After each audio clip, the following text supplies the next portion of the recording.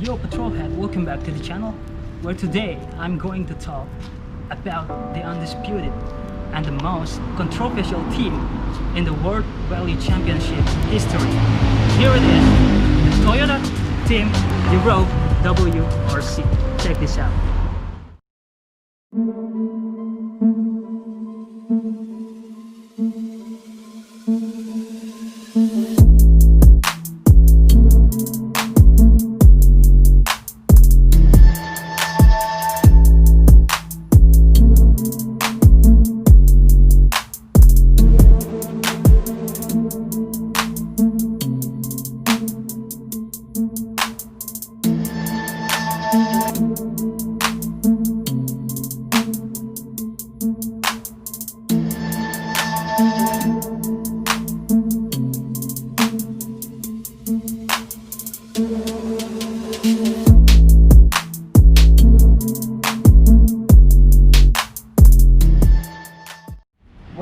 Toyota was the first Japanese manufacturer that raced the all-wheel drive cars in the WRC and beat all the European competitors to win the rally titles.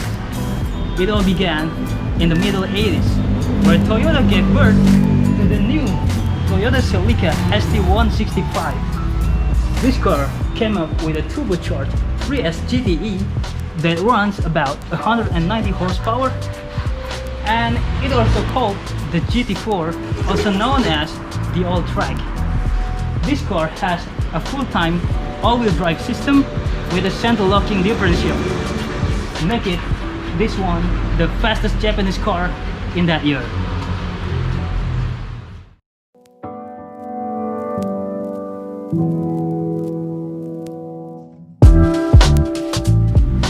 By this time, Group E Rally was abolished. Group S was abolished too, for the safety reason.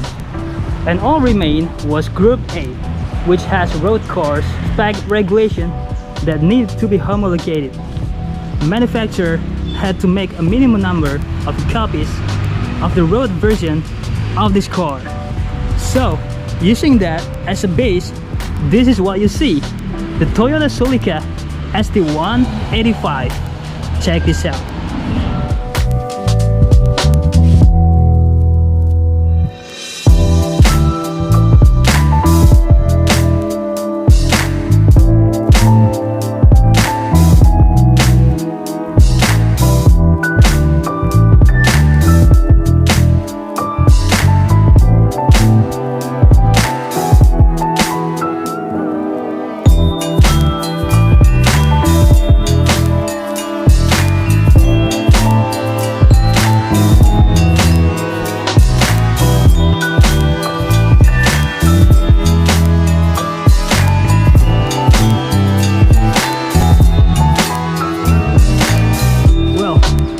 Toyota were winning the WRC and become the world champion before Subaru and even Mitsubishi.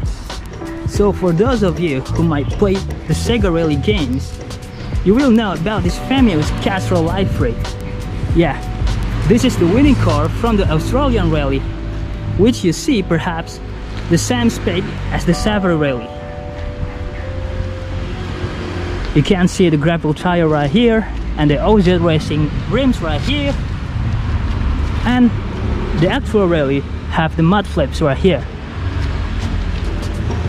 This car is registered in certain country. Now something interesting about rally cars. Unlike racing cars, which are used only in the circuit, rally cars have to be road legal. So all of them must be registered in the country with a number plates. So, which is another reason why Group A specification must be very close to road car specs. Okay, talk about the engine. Can you see the little pin over there? Now, Group A car regulations specified that it was still had to be based on a road engine, similar to the homologation customer in this 3S GTE 2-liter 4-cylinder. A 2-liter now, you see here, it doesn't appear to have a lot of horsepower. 299, about 300, but the torque fall were about in the 50 or 60 kilograms range. Now the reason this has high torque and low horsepower, because look over there, it's actually a restrictor plate in the turbocharger to restrict power, but it could produce a lot of torque. This is one of the ways that WRC management aim to reduce the number of the accidents and therefore improve safety coming from the monster Group E cars, which being seen lately had a lot of huge serious fatal accidents. So Group A was about a safer way to run the competition, but these cars in Group A were still really fast.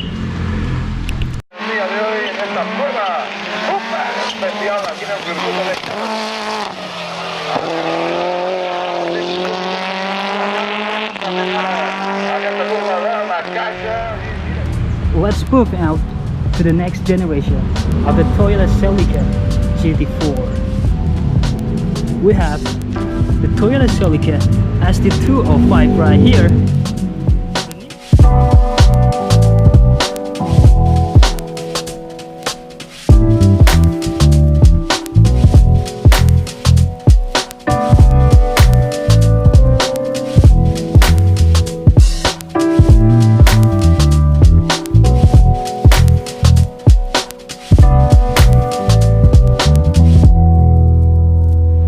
The newly pumped up Toyota was laying it in WRC, winning the Drivers' Championship 3 years in a row starting in '92.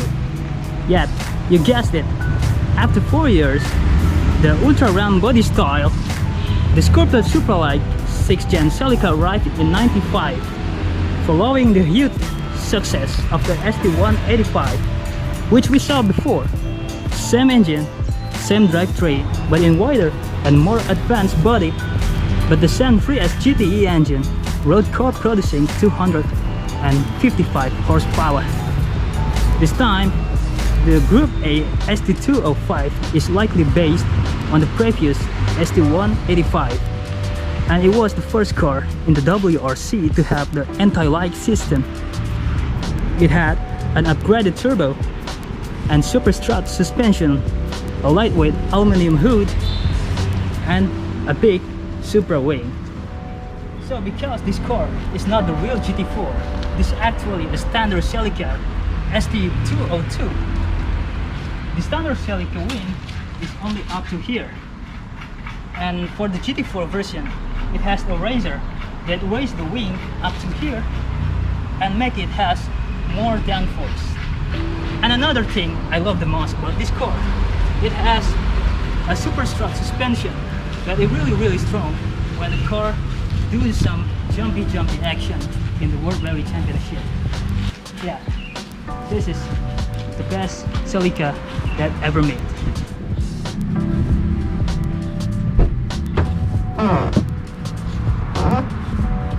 So here it is. We are inside the Toyota Celica ST205 interior. So inside here, we don't have any significant change.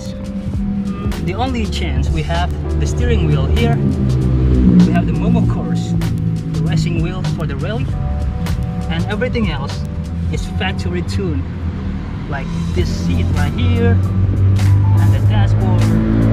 And the one thing I love about this car is this dashboard. You know, people call this car as the baby Supra because the design of the dashboard is pretty looks like its older brother, the Toyota Supra Mark IV, because it looks like a jet fighter where everything is facing towards the driver, really driver oriented, that makes the drive feeling really looks so impressive. There's a little sad story about why the ST205 are never really so much success compared to the previous ST185.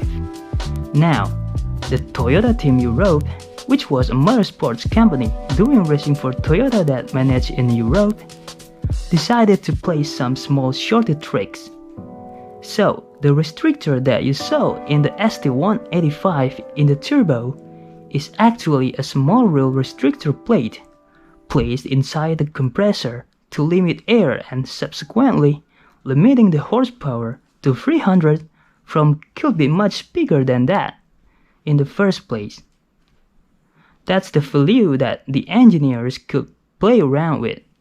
But for some reason, they decided that, they wanted to gain a bit more advantages. In 1995, you had Mitsubishi, Subaru, Ford, and Peugeot, all entering the WRC challenge, and competition was really stiff. The Toyota racing team probably saw that they tried to experiment or go around the rules. I'm not too sure, but it was really clear mechanism in the end. They actually designed a restrictor that when wear as a boost and put up to speed, it would actually open the air vent and allowing more air to enter the turbo and therefore increasing its total horsepower. Now in sanction, there's something called the scrutiny ring in which officials would check and inspect the cars to see if illegal modifications were done. And this special restrictor that Toyota has invented was seen as an illegal modification. And as a result, the Toyota Team Europe was stripped of all their points in an only one WRC round driven by Didier Auriol. So they were stripped of all their points and they were banned from WRC for 1 whole year. So unfortunately, Toyota then exited the WRC and focused on the Formula 1, and it actually gave an opportunity for Subaru and the Mitsubishi Rally Art to be the next Japanese manufacturers to win the World Rally Championship. Afterwards, Toyota returns using their new weapon called the Corolla WRC. Some independent teams still ran the GT4s in the 96 and 97 WRC season, but that was pretty much the end of the Celica's rally glory. Toyota took a little more than 4 years bringing the 7th and final gen Celica to the market this time, but that's the end. So yeah, there's a lesson we can learn from Celica.